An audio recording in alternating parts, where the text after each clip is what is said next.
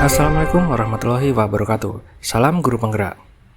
Pada video kali ini, saya akan membahas koneksi atau keterkaitan antar materi modul 2.3 Pendidikan Guru Penggerak dengan materi pada modul-modul sebelumnya.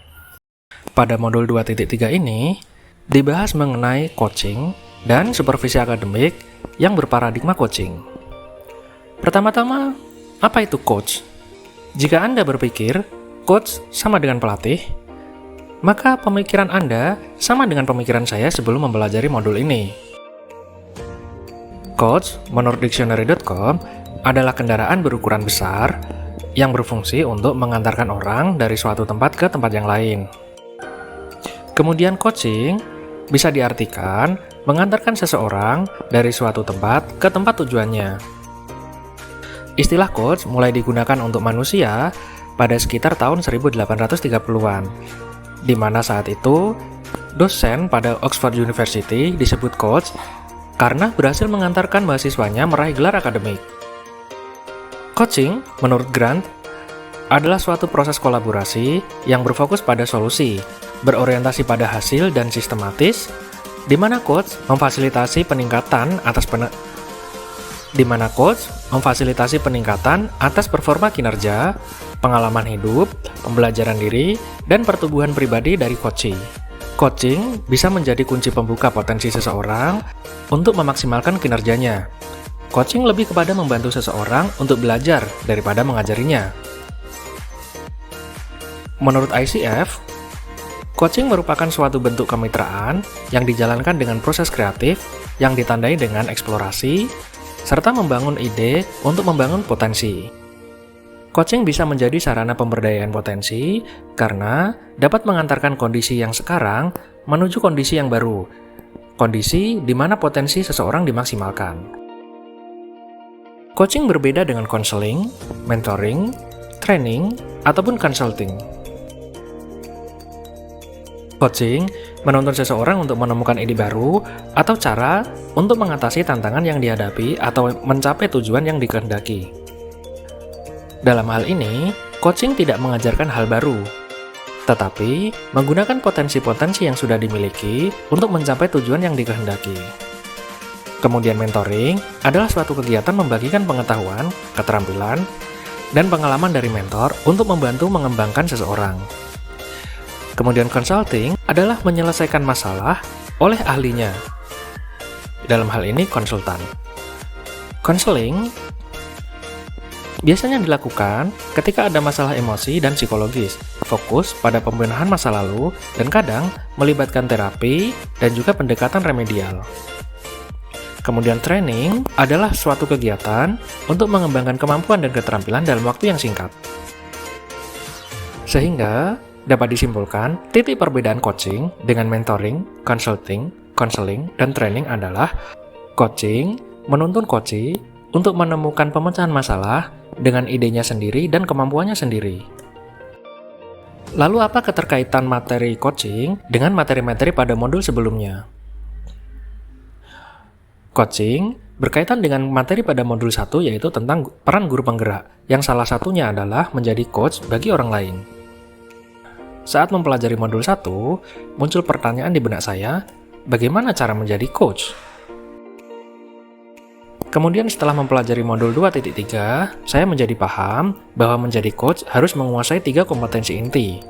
Yang pertama adalah kemampuan untuk hadir secara penuh atau presence. Untuk dapat hadir secara penuh dalam sesi coaching, seorang coach ada baiknya melakukan teknik stop sebelum melakukan sesi coaching. Kompetensi kedua adalah mendengarkan secara aktif. Mendengarkan secara aktif dapat dilakukan dengan teknik rasa, yaitu receive, atau menerima semua yang diucapkan oleh coachee dan mendengarkan apa kata kuncinya. Kemudian appreciate, yaitu memberikan sinyal bahwa kita sebagai coach sedang menyimak dengan mengangguk, mengatakan ya, oke, dan lain-lain. Kemudian summarize adalah merangkum apa yang kita tangkap menggunakan kata kunci. Kemudian ask adalah mengajukan pertanyaan untuk memperdalam pemahaman kita terhadap masalah yang dialami oleh coachee. Selanjutnya yang ketiga adalah mengajukan pertanyaan berbobot. Pertanyaan berbobot memiliki ciri-ciri. Pertanyaan merupakan hasil dari mendengarkan aktif, yaitu menggunakan kata kunci yang didapat dari proses mendengarkan. Kemudian, membantu coach dalam mengingat, merenung, dan merangkai fakta sehingga dapat dipahami apa yang terjadi pada dirinya. Kemudian bersifat terbuka dan eksploratif, di mana struktur kalimat bersifat terbuka, membuat coach harus menjawab sambil berpikir. Dan pertanyaan diajukan di momen yang tepat, di mana pertanyaan tidak buru-buru diajukan dan ditanyakan saat coach sudah siap memprosesnya. Dalam proses coaching, alur percakapan yang terjadi sebaiknya mengarah pada alur tirta, yaitu menentukan tujuan, mengidentifikasi masalah, menentukan rencana aksi, dan tanggung jawab.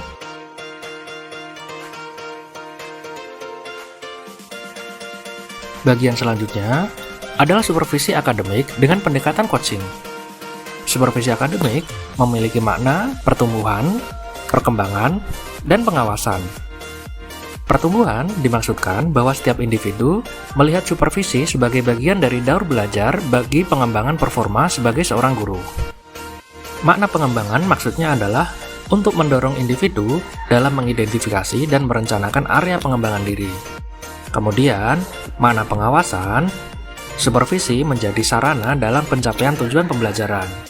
Supervisi akademik dengan pendekatan coaching berprinsip pada kemitraan, konstruktif, terencana, reflektif, objektif, berkesinambungan, dan komprehensif.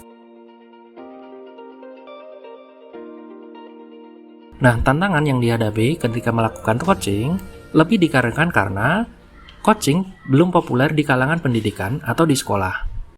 Dalam hal ini, guru yang berperan sebagai coach akan cenderung mengarahkan coach dengan solusi tertentu yang ia pikirkan.